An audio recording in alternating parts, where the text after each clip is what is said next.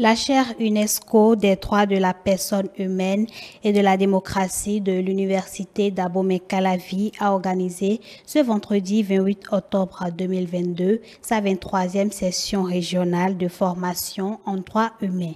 Étudiants, juristes, organisations de la société civile et bien d'autres spécialistes ont répondu présents à ce rendez-vous de donner et de recevoir. Le point dans ce public reportage signé d'Éric Olaogun.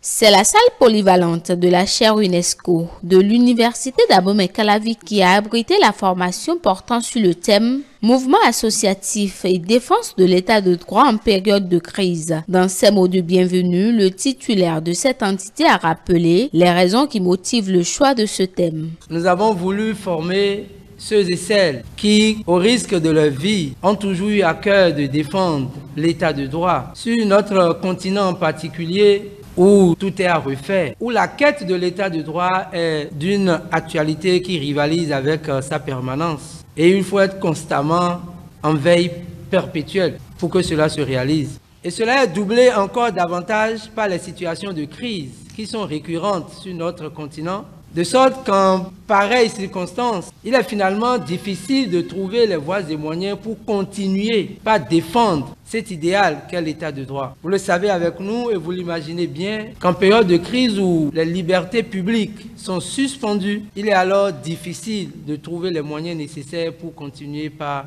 assurer la défense harmonieuse de l'état de droit. Cela a motivé la chaire UNESCO cette année pour suggérer aux différents formateurs de nous aider à identifier les alternatives à la mobilisation de rue, les alternatives aux techniques classiques de lutte pour la défense de l'état de droit. Bref, tout ce qu'on peut faire d'autre que de se réunir forcément dans la rue pour la défense de l'état de droit.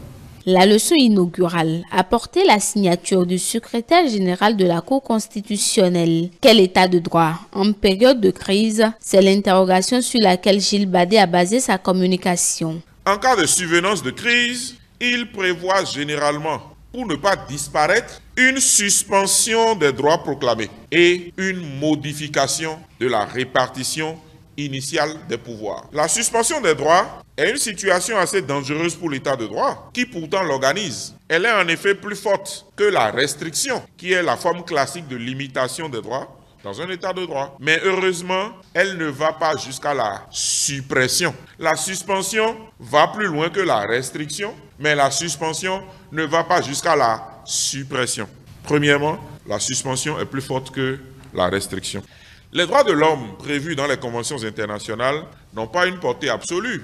Et il ne faut pas être super lettré pour se rendre compte que quand j'exerce mes droits, si je veux les exercer de façon absolue, l'autre n'aura pas l'occasion d'exercer ses propres droits.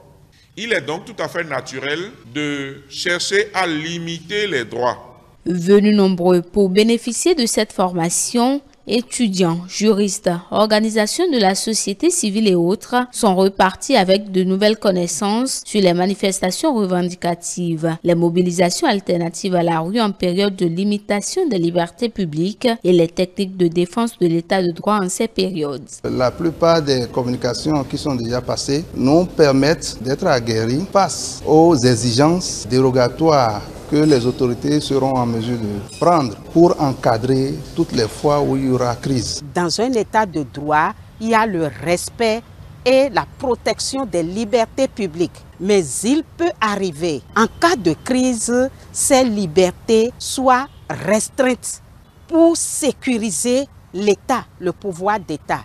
Et même dans ce cas, le même et seul état de droit a prévu les mécanismes, les conditions de ces restrictions. Même si on doit mettre ces libertés en veilleuse, la dérogation doit obéir quand même à certaines règles. Auquel cas, on peut saisir le juge constitutionnel. Par rapport à l'efficacité des manifestations revendicatives, il faut quand même que les acteurs, ceux qu'on mette devant, soient de bonne moralité ou qu'elles soient représentatives. Mais les retombées d'abord, c'est la paix. Les différents points déroulés laisseront place à un rapport. Le dit document sera vulgarisé pour outiller toutes les couches de la société pour un état de droit au service du développement.